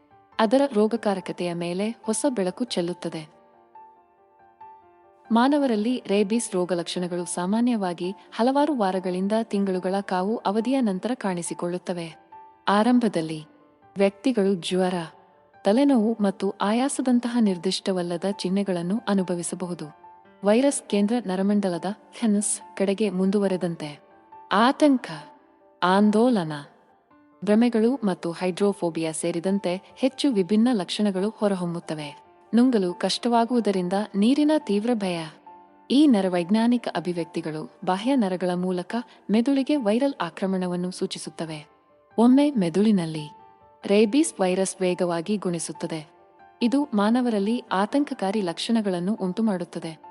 ರೇಬೀಸ್ ನಂಬಲಾಗದಷ್ಟು ಅಪರೂಪದ ಆದರೆ ಮಾರಣಾಂತಿಕ ಕಾಯಿಲೆಯಾಗಿದ್ದು, ಅದು ಪ್ರಾಣಿಗಳು ಮತ್ತು ಮನುಷ್ಯರ ಮೇಲೆ ಪರಿಣಾಮ ಬೀರುತ್ತದೆ. ಪ್ರಾಥಮಿಕವಾಗಿ ಸೋಂಕಿತ ಪ್ರಾಣಿಗಳಿಂದ ಕಚ್ಚುವಿಕೆಯ ಮೂಲಕ ಹರಡುತ್ತದೆ. ವೈರಸ್ ಸೋಂಕಿನ ಸ್ಥಳದಿಂದ ಮೆದುಳಿಗೆ ನರಕೋಶಗಳ ಮೂಲಕ ಚಲಿಸುತ್ತದೆ. ಅಲ್ಲಿ ಅದು ಅಪಾಯಕಾರಿ ದರದಲ್ಲಿ ಗುಣಿಸುತ್ತದೆ. ವೈರಸ್ಗೆ ಒಡ್ಡಿಕೊಂಡ ದಿನಗಳು ಅಥವಾ ವಾರಗಳಲ್ಲಿ ವ್ಯಕ್ತಿಗಳು ಜ್ವರ, ತಲೆನೋವು ಮತ್ತು ಸಾಮಾನ್ಯ ದೌರ್ಬಲ್ಯದಂತಹ ಆರಂಭಿಕ ರೋಗಲಕ್ಷಣಗಳನ್ನು ಅನುಭವಿಸಲು ಪ್ರಾರಂಭಿಸಬಹುದು. ವೈರಸ್ ಮುಂದುವರೆದಂತೆ ಮತ್ತು ಕೇಂದ್ರ ನರಮಂಡಲವನ್ನು ತಲುಪಿದಾಗ ಹೆಚ್ಚು ತೀವ್ರವಾದ ರೋಗಲಕ್ಷಣಗಳು ಹೊರಹೊಮ್ಮುತ್ತವೆ. ಇವುಗಳಲ್ಲಿ ಆತಂಕ, ಗೊಂದಲ, ಭ್ರಮೆಗಳು, ಆಂದೋಲನ, ಗಂಟಲು ಮತ್ತು ದವಡೆಯಲ್ಲಿ ಸ್ನಾಯು ಪಾರ್ಶ್ವವಾಯು, ಹೈಡ್ರೋಫೋಬಿಯಾ ಎಂದು ಕರೆಯಲಾಗುತ್ತದೆ, ಅತಿಯಾದ ಜೊಲ್ಲು ಸುರಿಸುವುದು ಮತ್ತು ಬಾಯಿಯಲ್ಲಿ ನೊರೆಯಾಗುವುದು, ನುಂಗಲು ತೊಂದರೆ. ರೇಬೀಸ್ ಸೋಂಕಿಗೆ ಸಂಬಂಧಿಸಿದ ಎಲ್ಲಾ ಶ್ರೇಷ್ಠ ಚಿಹ್ನೆಗಳು. ಒಮ್ಮೆ ಮೆದುಳಿನಲ್ಲಿ ವೈರಸ್ ವೇಗವಾಗಿ ಗುಣಿಸುತ್ತದೆ. ಇದು ರೇಬೀಸ್ ಸೋಂಕಿತರಿಗೆ ವಿನಾಶಕಾರಿ ಪರಿಣಾಮಗಳಿಗೆ ಕಾರಣವಾಗುತ್ತದೆ. ರೇಬೀಸ್ ಒಂದು ವೈರಲ್ ಕಾಯಿಲೆಯಾಗಿದ್ದು, ಅದು ಕೇಂದ್ರ ನರಮಂಡಲದ ಮೇಲೆ ಪರಿಣಾಮ ಬೀರುತ್ತದೆ ಮತ್ತು ಸೋಂಕಿತ ಪ್ರಾಣಿಗಳ ಕಡಿತ ಅಥವಾ ಗೀರುಗಳ ಮೂಲಕ ಹರಡುತ್ತದೆ. ವ್ಯಾಕ್ಸಿನೇಷನ್ ಕಾರ್ಯಕ್ರಮಗಳು ಮತ್ತು ಪ್ರಾಣಿಗಳ ನಿಯಂತ್ರಣ ಕ್ರಮಗಳಿಂದಾಗಿ ಅಭಿವೃದ್ಧಿ ಹೊಂದಿದ ದೇಶಗಳಲ್ಲಿ ಅಪರೂಪವಾಗಿದ್ದರೂ, ಪ್ರಪಂಚದ ಅನೇಕ ಭಾಗಗಳಲ್ಲಿ ಇದು ಗಮನಾರ್ಹವಾದ ಸಾರ್ವಜನಿಕ ಆರೋಗ್ಯ ಕಾಳಜಿಯಾಗಿ ಉಳಿದಿದೆ. ಮಾನವರಲ್ಲಿ ರೇಬೀಸ್ ರೋಗಲಕ್ಷಣಗಳ ಅತ್ಯಂತ ಆತಂಕಕಾರಿ ಅಂಶವೆಂದರೆ ವೈರಸ್ ಮೆದುಳಿಗೆ ಪ್ರವೇಶಿಸಿದ ನಂತರ ಅವು ಎಷ್ಟು ಬೇಗನೆ ಪ್ರಗತಿ ಹೊಂದುತ್ತವೆ ಎಂಬುದು. ಆರಂಭದಲ್ಲಿ ವ್ಯಕ್ತಿಗಳು ಜ್ವರ, ತಲೆನೋವು ಮತ್ತು ದೌರ್ಬಲ್ಯದಂತಹ ಜ್ವರ ತರಹದ ರೋಗಲಕ್ಷಣಗಳನ್ನು ಅನುಭವಿಸಬಹುದು. ಸೋಂಕು ಮುಂದುವರೆದಂತೆ ಆತಂಕ, ಗೊಂದಲ, ಭ್ರಮೆಗಳು ಮತ್ತು ನುಂಗಲು ತೊಂದರೆ ಸೇರಿದಂತೆ ಹೆಚ್ಚು ತೀವ್ರವಾದ ಚಿಹ್ನೆಗಳು ಹೊರಹೊಮ್ಮಲು ಪ್ರಾರಂಭಿಸುತ್ತವೆ. ವೈರಸ್ ಹೃದಯ ಮತ್ತು ಶ್ವಾಸಕೋಶದಂತಹ ಪ್ರಮುಖ ಅಂಗಗಳ ಮೇಲೆ ಹಾನಿಯನ್ನುಂಟು ಮಾಡುವುದರಿಂದ ಈ ನರವೈಜ್ಞಾನಿಕ ಹಂತವು ಪಾರ್ಶ್ವವಾಯು ಮತ್ತು ಸೆಳೆತಕ್ಕೆ ತ್ವರಿತವಾಗಿ ಉಲ್ಬಣಗೊಳ್ಳುತ್ತದೆ. ವಿಶ್ವ ಆರೋಗ್ಯ ಸಂಸ್ಥೆಯ ಇತ್ತೀಚಿನ ಅಂದಾಜಿನ ಪ್ರಕಾರ ಈ ಭಯಾನಕ ವೈರಸ್ ಪ್ರತಿ ವರ್ಷ ವಿಶ್ವಾದ್ಯಂತ ಅಪಾಯಕಾರಿ ಸಂಖ್ಯೆಯ ಸಾವುಗಳಿಗೆ ಕಾರಣವಾಗಿದೆ. 59,000 ಜೀವಗಳನ್ನು ಕಳೆದುಕೊಂಡಿದೆ. ರೇಬೀಸ್ ಪ್ರಾಥಮಿಕವಾಗಿ ಪ್ರಾಣಿಗಳ ಕಡಿತ ಅಥವಾ ಗೀರುಗಳ ಮೂಲಕ ಹರಡುತ್ತದೆ. ನಾಯಿಗಳು ಅನೇಕ ದೇಶಗಳಲ್ಲಿ ಮುಖ್ಯ ವಾಹಕಗಳಾಗಿವೆ. ಮಾನವರಲ್ಲಿ ವೈರಸ್ಗೆ ಒಡ್ಡಿಕೊಂಡ ನಂತರ ವಾರಗಳು ಅಥವಾ ತಿಂಗಳುಗಳಲ್ಲಿ ರೋಗಲಕ್ಷಣಗಳು ಸಾಮಾನ್ಯವಾಗಿ ಪ್ರಕಟವಾಗುತ್ತವೆ. ರೇಬೀಸ್ ಸೋಂಕಿನ ಆರಂಭಿಕ ಚಿಹ್ನೆಗಳು ಸಾಮಾನ್ಯವಾಗಿ ಅನಿರ್ದಿಷ್ಟವಾಗಿರುತ್ತವೆ ಮತ್ತು ಜ್ವರ, ತಲೆನೋವು ಮತ್ತು ಆಯಾಸದಂತಹ ಜ್ವರ ತರಹದ ಲಕ್ಷಣಗಳನ್ನು ಹೋಲುತ್ತವೆ. ರೋಗವು ಮುಂದುವರೆದಂತೆ ಹೆಚ್ಚು ತೀವ್ರವಾದ ನರವೈಜ್ಞಾನಿಕ ಲಕ್ಷಣಗಳು ಹೊರಹೊಮ್ಮಲು ಪ್ರಾರಂಭಿಸುತ್ತವೆ. ಸೋಂಕಿತ ವ್ಯಕ್ತಿಗಳು ಆಂದೋಲನ, ಆತಂಕ, ಗೊಂದಲ ಮತ್ತು ಭ್ರಮೆಗಳನ್ನು ಅನುಭವಿಸಬಹುದು. ನೀರಿನ ಭಯವು ಹೈಡ್ರೋಫೋಬಿಯಾ ರೇಬೀಸ್ನ ಒಂದು ಪ್ರಸಿದ್ಧ ಲಕ್ಷಣವಾಗಿದೆ. ಇದು ದ್ರವಗಳನ್ನು ಕುಡಿಯುವುದರಿಂದ ಉಂಟಾಗುವ ನೋವಿನ ಗಂಟಲಿನ ಸೆಳೆತದಿಂದ ಉಂಟಾಗುತ್ತದೆ. ಬಾವಲಿಗಳು ಯುನೈಟೆಡ್ ಸ್ಟೇಟ್ಸ್ನಲ್ಲಿ ಮಾನವ ರೇಬೀಸ್ನ ಸಾಮಾನ್ಯ ಮೂಲವಾಗಿದೆ. ಈ ಮಾರಣಾಂತಿಕ ಕಾಯಿಲೆಗೆ ಸಂಬಂಧಿಸಿದ ರೋಗಲಕ್ಷಣಗಳನ್ನು ಅರ್ಥಮಾಡಿಕೊಳ್ಳಲು ವ್ಯಕ್ತಿಗಳಿಗೆ ಇದು ನಿರ್ಣಾಯಕವಾಗಿದೆ. ರೇಬೀಸ್ ಒಂದು ವೈರಲ್ ಸೋಂಕಾಗಿದ್ದು ಅದು ಕೇಂದ್ರ ನರಮಂಡಲದ ಮೇಲೆ ಪರಿಣಾಮ ಬೀರುತ್ತದೆ ಮತ್ತು ಬಾವಲಿಗಳು ಸೇರಿದಂತೆ ಸೋಂಕಿತ ಪ್ರಾಣಿಗಳಿಂದ ಕಡಿತ ಅಥವಾ ಗೀರುಗಳ ಮೂಲಕ ಹರಡುತ್ತದೆ.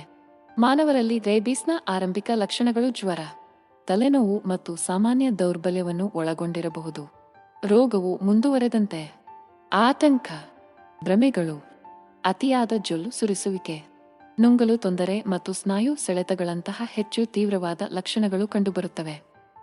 ರೇಬೀಸ್ನ ವಿಶಿಷ್ಟ ಲಕ್ಷಣವೆಂದರೆ ಮಾನಸಿಕ ಆರೋಗ್ಯದ ಮೇಲೆ ಅದರ ಪ್ರಭಾವ.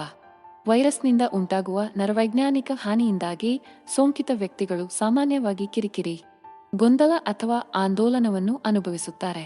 ಅಂತಿಮವಾಗಿ, ರೋಗಲಕ್ಷಣದ ಪ್ರಾರಂಭದ ನಂತರ ಚಿಕಿತ್ಸೆ ನೀಡದೆ ಬಿಟ್ಟರೆ ಈ ರೋಗವು ಬಹುತೇಕ ಎಲ್ಲಾ ಸಂದರ್ಭಗಳಲ್ಲಿ ಮಾರಣಾಂತಿಕವಾಗಿದೆ. ರೇಬೀಸ್ ಕೇಂದ್ರ ನರಮಂಡಲದ ಮೇಲೆ ಪರಿಣಾಮ ಬೀರುವ ಮಾರಣಾಂತಿಕ ವೈರಲ್ ಕಾಯಿಲೆ ಪ್ರಪಂಚದಾದ್ಯಂತ ಗಮನಾರ್ಹವಾದ ಸಾರ್ವಜನಿಕ ಆರೋಗ್ಯ ಕಾಳಜಿಯಾಗಿ ಮುಂದುವರೆದಿದೆ. ವ್ಯಾಕ್ಸಿನೇಷನ್ ಕಾರ್ಯಕ್ರಮಗಳು ಮತ್ತು ಕಟ್ಟುನಿಟ್ಟಾದ ನಿಯಂತ್ರಣ ಕ್ರಮಗಳಿಂದಾಗಿ ಪ್ರಪಂಚದ ಅನೇಕ ಭಾಗಗಳಲ್ಲಿ ಸಾಕುಪ್ರಾಣಿಗಳಲ್ಲಿ ರೇಬೀಸ್ ಪ್ರಕರಣಗಳು ತೀವ್ರವಾಗಿ ಕಡಿಮೆಯಾಗಿದೆ. ಇತರ ಪ್ರದೇಶಗಳು ಇನ್ನೂ ಹೆಚ್ಚಿನ ಪ್ರಮಾಣದಲ್ಲಿ ಕೊರೆಹಲ್ಲು ರೇಬೀಸ್ನೊಂದಿಗೆ ಹೋರಾಡುತ್ತಿವೆ. ತಡೆಗಟ್ಟಬಹುದಾದ ರೋಗವನ್ನು ಎದುರಿಸಲು ಮತ್ತು ಅದರ ವಿನಾಶಕಾರಿ ಪರಿಣಾಮಗಳಿಂದ ಮಾನವ ಜೀವಗಳನ್ನು ರಕ್ಷಿಸಲು ನಿರಂತರ ಪ್ರಯತ್ನಗಳ ಪ್ರಾಮುಖ್ಯತೆಯನ್ನು ಈ ವ್ಯತ್ಯಾಸವು ಎತ್ತಿ ತೋರಿಸುತ್ತದೆ. ರೇಬೀಸ್ ಅನ್ನು ಪರಿಹರಿಸುವ ಅತ್ಯಂತ ನಿರ್ಣಾಯಕ ಅಂಶವೆಂದರೆ ಮಾನವರಲ್ಲಿ ಅದರ ರೋಗಲಕ್ಷಣಗಳನ್ನು ಅರ್ಥಮಾಡಿಕೊಳ್ಳುವುದು. ಪ್ರಾಣಿಗಳ ಕಡಿತ ಅಥವಾ ಗೀರುಗಳ ಮೂಲಕ ವೈರಸ್ ಸೋಂಕಿಗೆ ಒಳಗಾದ ವ್ಯಕ್ತಿಗಳು ಜ್ವರ, ತಲೆನೋವು ಮತ್ತು ಆಯಾಸದಂತಹ ಆರಂಭಿಕ ಜ್ವರ ತರಹದ ಲಕ್ಷಣಗಳನ್ನು ಅನುಭವಿಸಬಹುದು. ರೋಗವು ಮುಂದುವರೆದಂತೆ ಆತಂಕ, ಗೊಂದಲ, ಭ್ರಮೆಗಳು, ನುಂಗಲು ತೊಂದರೆ ಹೈಡ್ರೋಫೋಬಿಯಾ ಮತ್ತು ನೀರಿನ ಭಯ ಏರೋಫೋಬಿಯಾ ಸೇರಿದಂತೆ ಹೆಚ್ಚು ತೀವ್ರವಾದ ಚಿಹ್ನೆಗಳು ಹೊರಹೊಮ್ಮುತ್ತವೆ. ಏಷ್ಯಾ ಮತ್ತು ಆಫ್ರಿಕಾದಲ್ಲಿ 95%ಕ್ಕಿಂತ ಹೆಚ್ಚು ಮಾನವ ಸಾವುಗಳು ನಾಯಿ ಕಡಿತದಿಂದ ಉಂಟಾಗುತ್ತವೆ ಎಂಬ ಆತಂಕಕಾರಿ ಅಂಕಿಅಂಶವು ಗಮನವನ್ನು ಬೇಡುವ ಒಂದು ಪ್ರಮುಖ ಸಮಸ್ಯೆಯನ್ನು ಎತ್ತಿ ತೋರಿಸುತ್ತದೆ. ರೇಬೀಸ್ ಸೋಂಕಿತ ಪ್ರಾಣಿಗಳ ಲಾಲಾರಸದ ಮೂಲಕ ಹರಡುವ ವೈರಲ್ ಕಾಯಿಲೆ ಈ ಸಾವುಗಳಿಗೆ ಪ್ರಾಥಮಿಕವಾಗಿ ಕಾರಣವಾಗಿದೆ. ಮಾನವರಲ್ಲಿ ರೇಬೀಸ್ನ ಲಕ್ಷಣಗಳನ್ನು ಅರ್ಥಮಾಡಿಕೊಳ್ಳುವುದು ಮತ್ತಷ್ಟು ಜೀವಹಾನಿಯನ್ನು ತಡೆಗಟ್ಟಲು ಮತ್ತು ಸಾರ್ವಜನಿಕ ಆರೋಗ್ಯವನ್ನು ರಕ್ಷಿಸಲು ನಿರ್ಣಾಯಕವಾಗುತ್ತದೆ. ಮಾನವರಲ್ಲಿ ರೇಬೀಸ್ ರೋಗಲಕ್ಷಣಗಳು ಸಾಮಾನ್ಯವಾಗಿ ಸೋಂಕಿತ ಪ್ರಾಣಿಗೆ ಒಡ್ಡಿಕೊಂಡ ನಂತರ 3 ತಿಂಗಳೊಳಗೆ ಕಾಣಿಸಿಕೊಳ್ಳುತ್ತವೆ. ಆರಂಭದಲ್ಲಿ ವ್ಯಕ್ತಿಗಳು ಜ್ವರ, ತಲೆನೋವು, ಆಯಾಸ ಮತ್ತು ಸ್ನಾಯು ದೌರ್ಬಲ್ಯದಂತಹ ನಿರ್ದಿಷ್ಟವಲ್ಲದ ಫ್ಲೂ ತರಹದ ಚಿಹ್ನೆಗಳನ್ನು ಅನುಭವಿಸಬಹುದು. ರೋಗವು ಮುಂದುವರೆದಂತೆ ಆತಂಕ, ಗೊಂದಲ, ಭ್ರಮೆಗಳು, ಅತಿಯಾದ ಜೊಲ್ಲು ಸುರಿಸುವುದು ಅಥವಾ ನುಂಗಲು ತೊಂದರೆ ಸೇರಿದಂತೆ ಹೆಚ್ಚು ನಿರ್ದಿಷ್ಟ ಲಕ್ಷಣಗಳು ಪ್ರಕಟವಾಗುತ್ತವೆ. ಉಗ್ರ ರೇಬೀಸ್ ಎಂದು ಕರೆಯಲ್ಪಡುವ ನಂತರದ ಹಂತಗಳಲ್ಲಿ ರೋಗಿಗಳು ಕುಡಿಯಲು ಪ್ರಯತ್ನಿಸುವಾಗ ನೋವಿನ ಗಂಟಲು ಸೆಳೆತದಿಂದಾಗಿ ಆಕ್ರಮಣಕಾರಿ ನಡವಳಿಕೆ ಅಥವಾ ಹೈಡ್ರೋಫೋಬಿಯಾ ನೀರಿನ ಭಯ ಪ್ರದರ್ಶಿಸಬಹುದು. ಯುನೈಟೆಡ್ ಸ್ಟೇಟ್ಸ್ನಲ್ಲಿ ಮಾನವ ರೇಬೀಸ್ ಪ್ರಕರಣಗಳು ಪ್ರಸ್ತುತ ವರ್ಷಕ್ಕೆ ಸರಾಸರಿ 2. ಈ ಮಾರಣಾಂತಿಕ ವೈರಸ್ನಿಂದ ಉಂಟಾಗುವ ಬೆದರಿಕೆಯ ಸಂಪೂರ್ಣ ಜ್ಞಾಪನೆಯಾಗಿ ಕಾರ್ಯನಿರ್ವಹಿಸುತ್ತದೆ. ರೇಬೀಸ್ ಒಂದು ಬೂನೋಟಿಕ್ ಕಾಯಿಲೆಯಾಗಿದ್ದು ಸೋಂಕಿತ ಪ್ರಾಣಿಗಳಿಂದ ಕಡಿತ ಅಥವಾ ಗೀರುಗಳ ಮೂಲಕ ಮನುಷ್ಯರಿಗೆ ಹರಡಬಹುದು. ಅಪರೂಪವಾಗಿದ್ದರೂ ಇದು ನಂಬಲಾಗದಷ್ಟು ಗಂಭೀರವಾದ ಸ್ಥಿತಿಯಾಗಿದ್ದು, ಅದು ತಕ್ಷಣದ ವೈದ್ಯಕೀಯ ಆರೈಕೆಯ ಅಗತ್ಯವಿರುತ್ತದೆ. ಮಾನವರಲ್ಲಿ ರೇಬೀಸ್ ರೋಗಲಕ್ಷಣಗಳನ್ನು ಗುರುತಿಸುವುದು ಆರಂಭಿಕ ಪತ್ತೆ ಮತ್ತು ಚಿಕಿತ್ಸೆಗಾಗಿ ನಿರ್ಣಾಯಕವಾಗಿದೆ. ಆರಂಭಿಕ ಚಿಹ್ನೆಗಳು ಸಾಮಾನ್ಯವಾಗಿ ಅನಿರ್ದಿಷ್ಟವಾಗಿರುತ್ತವೆ ಮತ್ತು ಜ್ವರ, ತಲೆನೋವು ಮತ್ತು ಆಯಾಸದಂತಹ ಜ್ವರ ತರಹದ ರೋಗಲಕ್ಷಣಗಳನ್ನು ಹೋಲುತ್ತವೆ. ಆದಾಗ್ಯೂ, ರೋಗವು ಮುಂದುವರೆದಂತೆ ಆತಂಕ, ಗೊಂದಲ, ಭ್ರಮೆಗಳು ಮತ್ತು ನುಂಗಲು ತೊಂದರೆ ಸೇರಿದಂತೆ ಹೆಚ್ಚು ವಿಭಿನ್ನವಾದ ನರವೈಜ್ಞಾನಿಕ ಲಕ್ಷಣಗಳು ಹೊರಹೊಮ್ಮುತ್ತವೆ.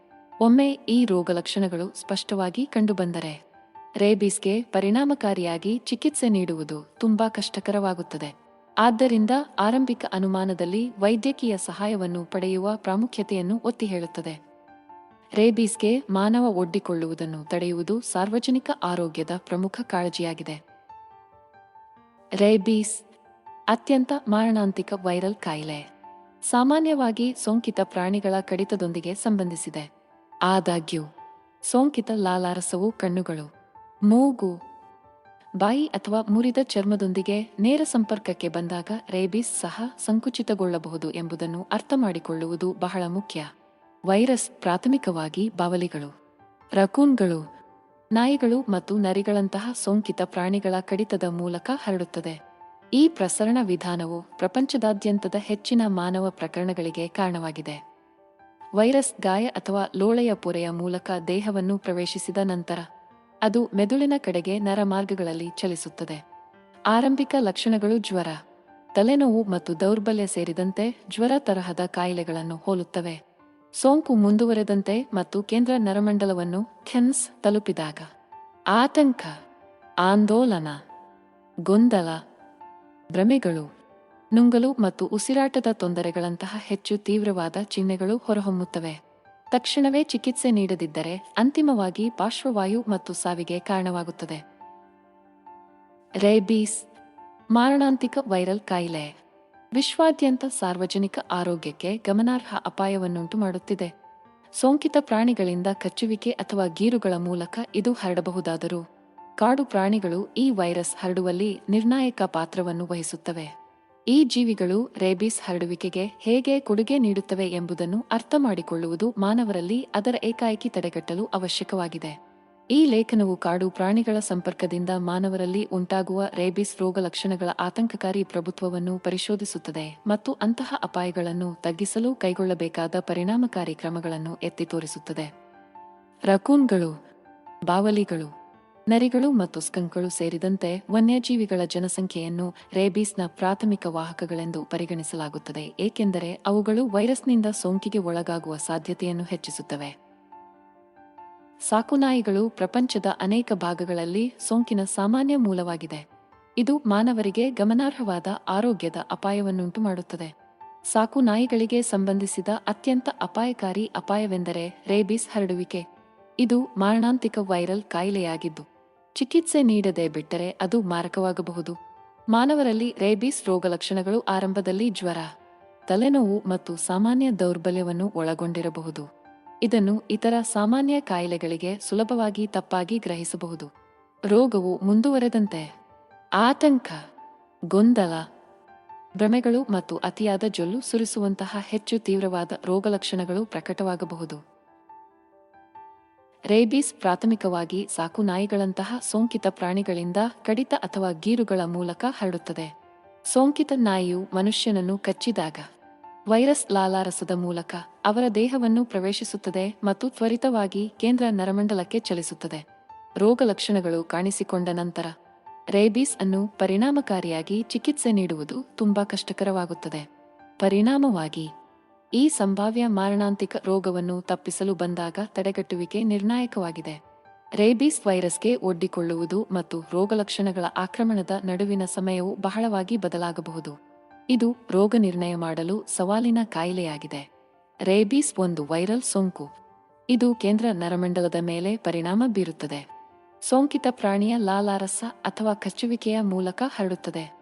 ಕಚ್ಚುವಿಕೆಯ ಸ್ಥಳ ಮತ್ತು ತೀವ್ರತೆ ಮತ್ತು ವೈಯಕ್ತಿಕ ಪ್ರತಿರಕ್ಷಣಾ ಪ್ರತಿಕ್ರಿಯೆಗಳಂತಹ ವಿವಿಧ ಅಂಶಗಳನ್ನು ಅವಲಂಬಿಸಿ ರೇಬೀಸ್ಗೆ ಕಾವು ಕೊಡುವ ಅವಧಿಯು ಕೆಲವು ವಾರಗಳಿಂದ ಹಲವಾರು ತಿಂಗಳುಗಳವರೆಗೆ ಇರುತ್ತದೆ. ಈ ಕಾವು ಕಾಲಾವಧಿಯಲ್ಲಿ ಒಬ್ಬ ವ್ಯಕ್ತಿಯು ಯಾವುದೇ ಗಮನಾರ್ಹ ಲಕ್ಷಣಗಳನ್ನು ಅನುಭವಿಸುವುದಿಲ್ಲ. ಆದಾಗ್ಯೂ ಒಮ್ಮೆ ರೋಗಲಕ್ಷಣಗಳು ಕಾಣಿಸಿಕೊಂಡಾಗ ಅವು ವೇಗವಾಗಿ ಪ್ರಗತಿ ಹೊಂದುತ್ತವೆ ಮತ್ತು ಆಗಾಗ್ಗೆ ಮಾರಣಾಂತಿಕವಾಗಿರುತ್ತವೆ. ಆರಂಭದಲ್ಲಿ ಜ್ವರ, ತಲೆನೋವು ಮತ್ತು ಆಯಾಸದಂತಹ ಜ್ವರ ತರಹದ ಲಕ್ಷಣಗಳು ಕಂಡುಬರಬಹುದು. ಹೆಚ್ಚಿನ ಸಂದರ್ಭಗಳಲ್ಲಿ ರೇಬೀಸ್ಗೆ ಒಡ್ಡಿಕೊಂಡ ನಂತರ ರೋಗಲಕ್ಷಣಗಳು ಬೆಳವಣಿಗೆಯಾಗಲು 1-3 ತಿಂಗಳುಗಳನ್ನು ತೆಗೆದುಕೊಳ್ಳುತ್ತದೆ. ರೇಬೀಸ್ ಒಂದು ವೈರಲ್ ಸೋಂಕು ಆಗಿದ್ದು ಅದು ನರಮಂಡಲದ ಮೇಲೆ ಪರಿಣಾಮ ಬೀರುತ್ತದೆ ಮತ್ತು ಸಾಮಾನ್ಯವಾಗಿ ಸೋಂಕಿತ ಪ್ರಾಣಿಯ ಕಡಿತದ ಮೂಲಕ ಹರಡುತ್ತದೆ. ಅಪರೂಪದ ಸಂದರ್ಭದಲ್ಲಿ ಮಾನ್ಯತೆ ನಂತರ ಸರಿಯಾದ ಮುನ್ನೆಚ್ಚರಿಕೆಗಳನ್ನು ತೆಗೆದುಕೊಳ್ಳದಿದ್ದರೆ ರೇಬೀಸ್ನ ಮಾನವ ಪ್ರಕರಣಗಳು ಸಂಭವಿಸಬಹುದು. ಮಾನವರಲ್ಲಿ ರೇಬೀಸ್ನ ಆರಂಭಿಕ ಚಿಹ್ನೆಗಳು ಜ್ವರ, ತಲೆನೋವು ಮತ್ತು ಸಾಮಾನ್ಯ ಅಸ್ವಸ್ಥತೆಯಂತಹ ಜ್ವರ ತರಹದ ಲಕ್ಷಣಗಳನ್ನು ಹೋಲುತ್ತವೆ. ಆದಾಗ್ಯೂ ರೋಗವು ಮುಂದುವರೆದಂತೆ ಹೆಚ್ಚು ತೀವ್ರವಾದ ಲಕ್ಷಣಗಳು ಕಾಣಿಸಿಕೊಳ್ಳುತ್ತವೆ. ಇವುಗಳಲ್ಲಿ ಆತಂಕ, ಗೊಂದಲ, ಭ್ರಮೆಗಳು ಮತ್ತು ಅತಿಯಾದ ಲಾಲಾರಸ ಉತ್ಪಾದನೆಯಿಂದಾಗಿ ನುಂಗಲು ತೊಂದರೆಯಾಗಬಹುದು. ಚಿಕಿತ್ಸೆ ನೀಡದೆ ಬಿಟ್ಟರೆ ರೇಬೀಸ್ ಪಾರ್ಶ್ವವಾಯುವಿಗೆ ಕಾರಣವಾಗಬಹುದು ಮತ್ತು ರೋಗಲಕ್ಷಣದ ಪ್ರಾರಂಭದ ದಿನಗಳಲ್ಲಿ ಅಂತಿಮವಾಗಿ ಸಾವಿಗೆ ಕಾರಣವಾಗಬಹುದು. ಪ್ರಾಣಿಗಳಿಂದ ಕಚ್ಚಲ್ಪಟ್ಟ ವ್ಯಕ್ತಿಗಳು ಅಥವಾ ಶಂಕಿತ ಮಾನ್ಯತೆ ಪಡೆದವರು ತಕ್ಷಣದ ವೈದ್ಯಕೀಯ ಆರೈಕೆಯನ್ನು ಪಡೆಯುವುದು ಮುಖ್ಯವಾಗಿದೆ. ಒಡ್ಡಿಕೊಂಡ ನಂತರ ವ್ಯಾಕ್ಸಿನೇಷನ್ ಮಾಡುವುದರಿಂದ ವೈರಸ್ ಹಿಡಿತವನ್ನು ತೆಗೆದುಕೊಳ್ಳುವುದನ್ನು ತಡೆಯಬಹುದು. ರೇಬೀಸ್ ಮಾರಣಾಂತಿಕ ವೈರಲ್ ಕಾಯಿಲೆಯಾಗಿದ್ದು ಅದು ಪ್ರಾಣಿಗಳು ಮತ್ತು ಮನುಷ್ಯರ ಮೇಲೆ ಪರಿಣಾಮ ಬೀರುತ್ತದೆ. ಪ್ರತಿ ವರ್ಷ ಪ್ರಪಂಚದಾದ್ಯಂತ ಅಂದಾಜು 59,000 ಸಾವುಗಳು ಸಂಭವಿಸುತ್ತವೆ. ವೈರಸ್ ಸಾಮಾನ್ಯವಾಗಿ ನಾಯಿ ಅಥವಾ ಬಾವಲಿಯಂತಹ ಸೋಂಕಿತ ಪ್ರಾಣಿಗಳ ಕಡಿತದ ಮೂಲಕ ಹರಡುತ್ತದೆ. ಒಮ್ಮೆ ಮನುಷ್ಯರಲ್ಲಿ ರೋಗಲಕ್ಷಣಗಳು ಕಾಣಿಸಿಕೊಂಡರೆ ಅದು ಯಾವಾಗಲೂ ಮಾರಣಾಂತಿಕವಾಗಿರುತ್ತದೆ. ಆದಾಗ್ಯೂ ವೈರಸ್ಗೆ ಒಡ್ಡಿಕೊಂಡ ಆದರೆ ಇನ್ನೂ ರೋಗಲಕ್ಷಣಗಳನ್ನು ಅಭಿವೃದ್ಧಿಪಡಿಸದವರಿಗೆ ಭರವಸೆ ಇದೆ. ಮಾನವರಲ್ಲಿ ರೇಬೀಸ್ ರೋಗಲಕ್ಷಣಗಳ ಆರಂಭಿಕ ಚಿಹ್ನೆಗಳನ್ನು ಗುರುತಿಸುವುದು ತ್ವರಿತ ಹಸ್ತಕ್ಷೇಪಕ್ಕೆ ನಿರ್ಣಾಯಕವಾಗಿದೆ. ಆರಂಭಿಕ ಲಕ್ಷಣಗಳು ಜ್ವರ, ತಲೆನೋವು ಮತ್ತು ಕಚ್ಚಿದ ಸ್ಥಳದಲ್ಲಿ ಅಸ್ವಸ್ಥತೆಯನ್ನು ಒಳಗೊಂಡಿರಬಹುದು. ರೋಗವು ಮುಂದುವರೆದಂತೆ ಆಂದೋಲನ, ಗೊಂದಲ, ಭ್ರಮೆಗಳು ಮತ್ತು ಪಾರ್ಶ್ವವಾಯು ಮುಂತಾದ ಹೆಚ್ಚು ತೀವ್ರವಾದ ಚಿಹ್ನೆಗಳು ಸಂಭವಿಸಬಹುದು. ನೀವು ಸೋಂಕಿತ ಪ್ರಾಣಿಯಿಂದ ಕಚ್ಚಲ್ಪಟ್ಟಿದ್ದೀರಿ ಅಥವಾ ಅದರ ಲಾಲಾರಸದೊಂದಿಗೆ ಸಂಪರ್ಕಕ್ಕೆ ಬಂದಿದ್ದೀರಿ ಎಂದು ನೀವು ಅನುಮಾನಿಸಿದರೆ ತಕ್ಷಣದ ವೈದ್ಯಕೀಯ ಆರೈಕೆಯನ್ನು ಪಡೆಯುವುದು ಮುಖ್ಯವಾಗಿದೆ. ರೇಬೀಸ್ ಮಾರಣಾಂತಿಕ ವೈರಲ್ ಸೋಂಕು ಕೇಂದ್ರ ನರಮಂಡಲದ ಮೇಲೆ ಪರಿಣಾಮ ಬೀರುತ್ತದೆ. ಇದು ಮಾನವರಿಗೆ ನಿರಂತರ ಬೆದರಿಕೆಯಾಗಿದೆ. ಮಾನವರಲ್ಲಿ ರೇಬೀಸ್ ರೋಗಲಕ್ಷಣಗಳನ್ನು ಗುರುತಿಸುವುದು ತಕ್ಷಣದ ವೈದ್ಯಕೀಯ ಆರೈಕೆಯನ್ನು ಪಡೆಯಲು ಮತ್ತು ಮಾರಣಾಂತಿಕತೆಯನ್ನು ತಡೆಗಟ್ಟಲು ನಿರ್ಣಾಯಕವಾಗಿದೆ. ಅದೃಷ್ಟವಶಾತ್ ಚುಚ್ಚುಮದ್ದಿನ ಸರಣಿಯನ್ನು ಒಳಗೊಂಡಿರುವ ಪರಿಣಾಮಕಾರಿ ಚಿಕಿತ್ಸೆಯು ಲಭ್ಯವಿದೆ. ರೇಬೀಸ್ ಇಮ್ಯೂನ್ ಗ್ಲೋಬ್ಯುಲಿನ್ ಮತ್ತು 4 ಡೋಸ್ ಲಸಿಕೆಗಳನ್ನು 14 ದಿನದ ಅವಧಿಯಲ್ಲಿ ನೀಡಲಾಗುತ್ತದೆ. ಮಾನವರಲ್ಲಿ ರೇಬೀಸ್ ರೋಗಲಕ್ಷಣಗಳು ಸೋಂಕಿನ ಹಂತವನ್ನು ಅವಲಂಬಿಸಿ ಬದಲಾಗಬಹುದು. ಆರಂಭಿಕ ಹಂತಗಳಲ್ಲಿ ವ್ಯಕ್ತಿಗಳು ಜ್ವರ, ತಲೆನೋವು ಮತ್ತು ಆಯಾಸದಂತಹ ಜ್ವರ ತರಹದ ಲಕ್ಷಣಗಳನ್ನು ಅನುಭವಿಸಬಹುದು. ವೈರಸ್ ಮುಂದುವರೆದಂತೆ ಆತಂಕ, ಗೊಂದಲ, ಭ್ರಮೆಗಳು ಮತ್ತು ನುಂಗಲು ತೊಂದರೆ ಸೇರಿದಂತೆ ಹೆಚ್ಚು ತೀವ್ರವಾದ ಚಿಹ್ನೆಗಳು ಕಾಣಿಸಿಕೊಳ್ಳುತ್ತವೆ. ನರವೈಜ್ಞಾನಿಕ ರೋಗಲಕ್ಷಣಗಳು ಹೊರಹೊಮ್ಮಿದ ನಂತರ ಯಶಸ್ವಿ ಚಿಕಿತ್ಸೆಗೆ ಇದು ತುಂಬಾ ತಡವಾಗಿರುತ್ತದೆ, ಏಕೆಂದರೆ ಅವು ಕೋಮಾ ಮತ್ತು ಅಂತಿಮವಾಗಿ ಸಾವಿಗೆ ಕಾರಣವಾಗುತ್ತವೆ. ಈ ವಿನಾಶಕಾರಿ ರೋಗವನ್ನು ಪರಿಣಾಮಕಾರಿಯಾಗಿ ಎದುರಿಸಲು ತ್ವರಿತ ವೈದ್ಯಕೀಯ ಮಧ್ಯಸ್ಥಿಕೆ ಅತ್ಯಗತ್ಯ. ರೇಬೀಸ್ ನರಮಂಡಲದ ಮೇಲೆ ಪರಿಣಾಮ ಬೀರುವ ಮತ್ತು ಪ್ರಾಥಮಿಕವಾಗಿ ಪ್ರಾಣಿಗಳ ಕಡಿತದ ಮೂಲಕ ಹರಡುವ ವೈರಲ್ ಸೋಂಕು ಪ್ರಪಂಚದಾದ್ಯಂತ ಲೆಕ್ಕವಿಲ್ಲದಷ್ಟು ಜೀವಗಳನ್ನು ಪಡೆಯುತ್ತಿದೆ. ಆಘಾತಕಾರಿಯಾಗಿ ರೇಬೀಸ್ನಿಂದ ಉಂಟಾಗುವ ಹೆಚ್ಚಿನ ಸಾವುಗಳು ಕಳಪೆ ಸಾರ್ವಜನಿಕ ಆರೋಗ್ಯ ಸಂಪನ್ಮೂಲಗಳು ಮತ್ತು ತಡೆಗಟ್ಟುವ ಚಿಕಿತ್ಸೆಗೆ ಸೀಮಿತ ಪ್ರವೇಶವನ್ನು ಹೊಂದಿರುವ ದೇಶಗಳಲ್ಲಿ ಸಂಭವಿಸುತ್ತವೆ. ಈ ಅಸಮಾನತೆಯು ಈ ಪ್ರದೇಶಗಳಲ್ಲಿ ಸುಧಾರಿತ ಆರೋಗ್ಯ ಮೂಲಸೌಕರ್ಯ ಮತ್ತು ಜಾಗೃತಿ ಅಭಿಯಾನಗಳ ತುರ್ತು ಅಗತ್ಯವನ್ನು ಎತ್ತಿ ತೋರಿಸುತ್ತದೆ. ರೇಬೀಸ್ ಅನ್ನು ಎದುರಿಸುವ ಒಂದು ನಿರ್ಣಾಯಕ ಅಂಶವೆಂದರೆ ಮಾನವರಲ್ಲಿ ಅದರ ರೋಗಲಕ್ಷಣಗಳನ್ನು ಗುರುತಿಸುವುದು. ಆರಂಭಿಕ ಚಿಹ್ನೆಗಳು ಜ್ವರ, ತಲೆನೋವು ಮತ್ತು ಆಯಾಸ ಸೇರಿದಂತೆ ಜ್ವರ ತರಹದ ಕಾಯಿಲೆಗಳನ್ನು ಹೋಲುತ್ತವೆ. ಆದಾಗ್ಯೂ ರೋಗವು ಮುಂದುವರೆದಂತೆ ಆತಂಕ, ಗೊಂದಲ, ಭ್ರಮೆಗಳು ಮತ್ತು ಪಾರ್ಶ್ವವಾಯು ಮುಂತಾದ ಹೆಚ್ಚು ತೀವ್ರವಾದ ಲಕ್ಷಣಗಳು ಹೊರಹೊಮ್ಮುತ್ತವೆ. ಪ್ರಾಣಿಗಳ ಕಚ್ಚುವಿಕೆ ಅಥವಾ ಸ್ಕ್ರಾಚ್ ಸಂಭವಿಸಿದ ನಂತರ ಗಾಯವನ್ನು ಸ್ವಚ್ಛಗೊಳಿಸುವ ಕ್ರಮಗಳ ಜೊತೆಗೆ ವ್ಯಾಕ್ಸಿನೇಷನ್ ಅನ್ನು ಒಳಗೊಂಡಿರುವ ಪೋಸ್ಟ್ ಎಕ್ಸ್ಪೋಸರ್ ಪ್ರೊಫಿಲ್ಯಾಕ್ಸಿಸ್ PEP ನಂತಹ ತ್ವರಿತ ವೈದ್ಯಕೀಯ ಹಸ್ತಕ್ಷೇಪವಿಲ್ಲದೆ ಬದುಕುಳಿಯುವ ಸಾಧ್ಯತೆಗಳು ತೀವ್ರವಾಗಿ ಕಡಿಮೆಯಾಗುತ್ತವೆ. ಮಕ್ಕಳು ಆಗಾಗ್ಗೆ ಪ್ರಾಣಿಗಳೊಂದಿಗೆ ಸಂವಹನ ನಡೆಸುವುದರಿಂದ ರೇಬೀಸ್ಗೆ ತುತ್ತಾಗುವ ಅಪಾಯ ಹೆಚ್ಚು. ಮಕ್ಕಳು ಸ್ವಾಭಾವಿಕವಾಗಿ ಕುತೂಹಲ ಮತ್ತು ತಮಾಷೆಯಾಗಿರುವುದರಿಂದ ಅವರು ಸಾಮಾನ್ಯವಾಗಿ ಸಾಕುಪ್ರಾಣಿಗಳು ಅಥವಾ ದಾರಿತಪ್ಪಿ ಪ್ರಾಣಿಗಳೊಂದಿಗೆ ನಿಕಟ ಸಂಪರ್ಕವನ್ನು ಒಳಗೊಂಡಿರುವ ಚಟುವಟಿಕೆಗಳಲ್ಲಿ ತೊಡಗುತ್ತಾರೆ. ಅದು ನೆರೆಹೊರೆಯ ನಾಯಿಯನ್ನು ಮುದ್ದಿಸುತ್ತಿರಲಿ ಅಥವಾ ಬೀದಿಯಲ್ಲಿ ಬೆಕ್ಕಿಗೆ ತಿನ್ನಿಸುತ್ತಿರಲಿ. ಪ್ರಾಣಿಗಳಿಗೆ ರೇಬೀಸ್ ಸೋಂಕಿಗೆ ಒಳಗಾಗಿದ್ದರೆ ಈ ಮುಗ್ಧ ಮುಖಾಮುಖಿಗಳು ತ್ವರಿತವಾಗಿ ಅಪಾಯಕಾರಿಯಾಗಬಹುದು. ದುರದೃಷ್ಟವಶಾತ್ ಪ್ರಾಣಿಗಳ ಕಡಿತದಿಂದ ಉಂಟಾಗುವ ಅಪಾಯಗಳನ್ನು ಮಕ್ಕಳು ಸಂಪೂರ್ಣವಾಗಿ ಅರ್ಥಮಾಡಿಕೊಳ್ಳುವುದಿಲ್ಲ ಮತ್ತು ವಯಸ್ಕರಿಗೆ ವರದಿ ಮಾಡುವುದನ್ನು ತಡೆಯಬಹುದು. ಇದಲ್ಲದೆ ಸೋಂಕಿತ ಪ್ರಾಣಿಯಿಂದ ಕಚ್ಚಿದಾಗ ಮಕ್ಕಳು ತಮ್ಮ ತಲೆ ಮತ್ತು ಕುತ್ತಿಗೆಯ ಪ್ರದೇಶದಲ್ಲಿ ಕಚ್ಚುವ ಸಾಧ್ಯತೆಯಿದೆ. ಈ ದುರ್ಬಲತೆಯು ಅವುಗಳ ಸಣ್ಣ ನಿಲುವು ಮತ್ತು ಪ್ರಾಣಿಗಳೊಂದಿಗಿನ ಸಂವಹನದ ಸಮಯದಲ್ಲಿ ಹತ್ತಿರಕ್ಕೆ ಒಲವು ತೋರುವ ಪ್ರವೃತ್ತಿಯಿಂದ ಉಂಟಾಗುತ್ತದೆ. ದೇಹದ ಈ ಪ್ರದೇಶಗಳಲ್ಲಿ ನರಮಂಡಲವು ಹೆಚ್ಚು ಕೇಂದ್ರೀಕೃತವಾಗಿರುವುದರಿಂದ ತಲೆ ಅಥವಾ ಕುತ್ತಿಗೆಯ ಮೇಲೆ ಯಾವುದೇ ಕಡಿತವು ರೇಬೀಸ್ ಅನ್ನು ಕೇಂದ್ರ ನರಮಂಡಲಕ್ಕೆ ಹರಡುವ ಅಪಾಯವನ್ನು ಹೆಚ್ಚಿಸುತ್ತದೆ. ರೇಬೀಸ್ ಕೇಂದ್ರ ನರಮಂಡಲದ ಮೇಲೆ ಪರಿಣಾಮ ಬೀರುವ ವೈರಲ್ ಕಾಯಿಲೆ. ಪ್ರಾಥಮಿಕವಾಗಿ ಕ್ರೋಧೋನ್ಮತ್ತ ಪ್ರಾಣಿಗಳ ಕಡಿತದ ಮೂಲಕ ಮನುಷ್ಯರಿಗೆ ಹರಡುತ್ತದೆ. ಸೋಂಕಿತ ಪ್ರಾಣಿಯ ಲಾಲಾರಸವು ಮುರಿದ ಚರ್ಮದ ಸಂಪರ್ಕಕ್ಕೆ ಬಂದರೆ ಅಥವಾ ಕಣ್ಣು, ಮೂಗು ಅಥವಾ ಬಾಯಿಯಂತಹ ಲೋಳೆಯ ಪೊರೆಗಳ ಮೂಲಕ ಪ್ರವೇಶಿಸಿದರೆ ಈ ಮಾರಣಾಂತಿಕ ಸೋಂಕು ಹರಡಬಹುದು. ಸಾಕುಪ್ರಾಣಿಗಳಿಗೆ ವ್ಯಾಪಕವಾದ ವ್ಯಾಕ್ಸಿನೇಷನ್ ಕಾರ್ಯಕ್ರಮಗಳಿಂದಾಗಿ ಅಭಿವೃದ್ಧಿ ಹೊಂದಿದ ದೇಶಗಳಲ್ಲಿ ಅಪರೂಪವಾಗಿದ್ದರೂ ರೇಬೀಸ್ ಇನ್ನೂ ಪ್ರತಿ ವರ್ಷ ಜಾಗತಿಕವಾಗಿ ಸಾವಿರಾರು ಜೀವಗಳನ್ನು ತೆಗೆದುಕೊಳ್ಳುತ್ತದೆ. ಮಾನವರಲ್ಲಿ ರೇಬೀಸ್ನ ಲಕ್ಷಣಗಳು ಸಾಮಾನ್ಯವಾಗಿ ಒಡ್ಡಿಕೊಂಡ ಕೆಲವೇ ವಾರಗಳಲ್ಲಿ ಕಾಣಿಸಿಕೊಳ್ಳುತ್ತವೆ. ಆರಂಭಿಕ ಹಂತಗಳಲ್ಲಿ ವ್ಯಕ್ತಿಗಳು ಜ್ವರ, ತಲೆನೋವು ಮತ್ತು ಆಯಾಸದಂತಹ ಜ್ವರ ತರಹದ ಲಕ್ಷಣಗಳನ್ನು ಅನುಭವಿಸಬಹುದು. ವೈರಸ್ ಮುಂದುವರೆದಂತೆ ಮತ್ತು ಕೇಂದ್ರ ನರಮಂಡಲವನ್ನು ತಲುಪಿದಾಗ ಹೆಚ್ಚು ತೀವ್ರವಾದ ರೋಗಲಕ್ಷಣಗಳು ಕಾಣಿಸಿಕೊಳ್ಳುತ್ತವೆ. ರೇಬೀಸ್ ಕೇಂದ್ರ ನರಮಂಡಲದ ಮೇಲೆ ಪರಿಣಾಮ ಬೀರುವ ವೈರಲ್ ಕಾಯಿಲೆ. ಪ್ರಾಥಮಿಕವಾಗಿ ಸೋಂಕಿತ ಪ್ರಾಣಿಗಳ ಕಡಿತದ ಮೂಲಕ ಹರಡುತ್ತದೆ. ಆದಾಗ್ಯೂ ಅಪರೂಪದ ಸಂದರ್ಭಗಳಲ್ಲಿ ಕ್ರೋಧೋನ್ಮತ್ತ ಪ್ರಾಣಿಯಿಂದ ಸಾಂಕ್ರಾಮಿಕ ವಸ್ತುಗಳೊಂದಿಗೆ ನೇರ ಸಂಪರ್ಕವು ಪ್ರಸರಣಕ್ಕೆ ಕಾರಣವಾಗಬಹುದು ಎಂಬುದನ್ನು ಗಮನಿಸುವುದು ಮುಖ್ಯ. ಈ ಪ್ರಸರಣ ವಿಧಾನವು ಕಡಿಮೆ ಸಾಮಾನ್ಯವಾಗಿದ್ದರೂ ಸಂಭಾವ್ಯ ಕ್ರೋಧೋನ್ಮತ್ತ ಪ್ರಾಣಿಗಳೊಂದಿಗೆ ವ್ಯವಹರಿಸುವಾಗ ಮುನ್ನೆಚ್ಚರಿಕೆಗಳನ್ನು ತೆಗೆದುಕೊಳ್ಳುವ ಪ್ರಾಮುಖ್ಯತೆಯನ್ನು ಇದು ಎತ್ತಿ ತೋರಿಸುತ್ತದೆ. ಮಾನವರಲ್ಲಿ ರೇಬೀಸ್ನ ಲಕ್ಷಣಗಳು ಬದಲಾಗಬಹುದು ಮತ್ತು ಆರಂಭಿಕ ಹಂತಗಳಲ್ಲಿ ಇತರ ಕಾಯಿಲೆಗಳಿಗೆ ತಪ್ಪಾಗಿ ಗ್ರಹಿಸಲಾಗುತ್ತದೆ. ಆರಂಭಿಕ ರೋಗಲಕ್ಷಣಗಳು ಜ್ವರ, ತಲೆನೋವು ಮತ್ತು ಸಾಮಾನ್ಯ ಅಸ್ವಸ್ಥತೆಯನ್ನು ಒಳಗೊಂಡಿರಬಹುದು. ರೋಗವು ಮುಂದುವರೆದಂತೆ ಆತಂಕ, ಗೊಂದಲ, ಭ್ರಮೆಗಳು ಮತ್ತು ನುಂಗಲು ತೊಂದರೆಯಂತಹ ಹೆಚ್ಚು ತೀವ್ರವಾದ ಲಕ್ಷಣಗಳು ಕಂಡುಬರಬಹುದು. ರೇಬೀಸ್ ಸೋಂಕಿತ ವಸ್ತು ಅಥವಾ ಪ್ರಾಣಿಗಳ ಕಡಿತಕ್ಕೆ ಒಡ್ಡಿಕೊಂಡ ನಂತರ ತ್ವರಿತ ವೈದ್ಯಕೀಯ ಚಿಕಿತ್ಸೆ ಇಲ್ಲದೆ ಈ ರೋಗಲಕ್ಷಣಗಳು ವೇಗವಾಗಿ ಉಲ್ಬಣಗೊಳ್ಳಬಹುದು ಮತ್ತು ಮಾರಕ ಫಲಿತಾಂಶಕ್ಕೆ ಕಾರಣವಾಗಬಹುದು.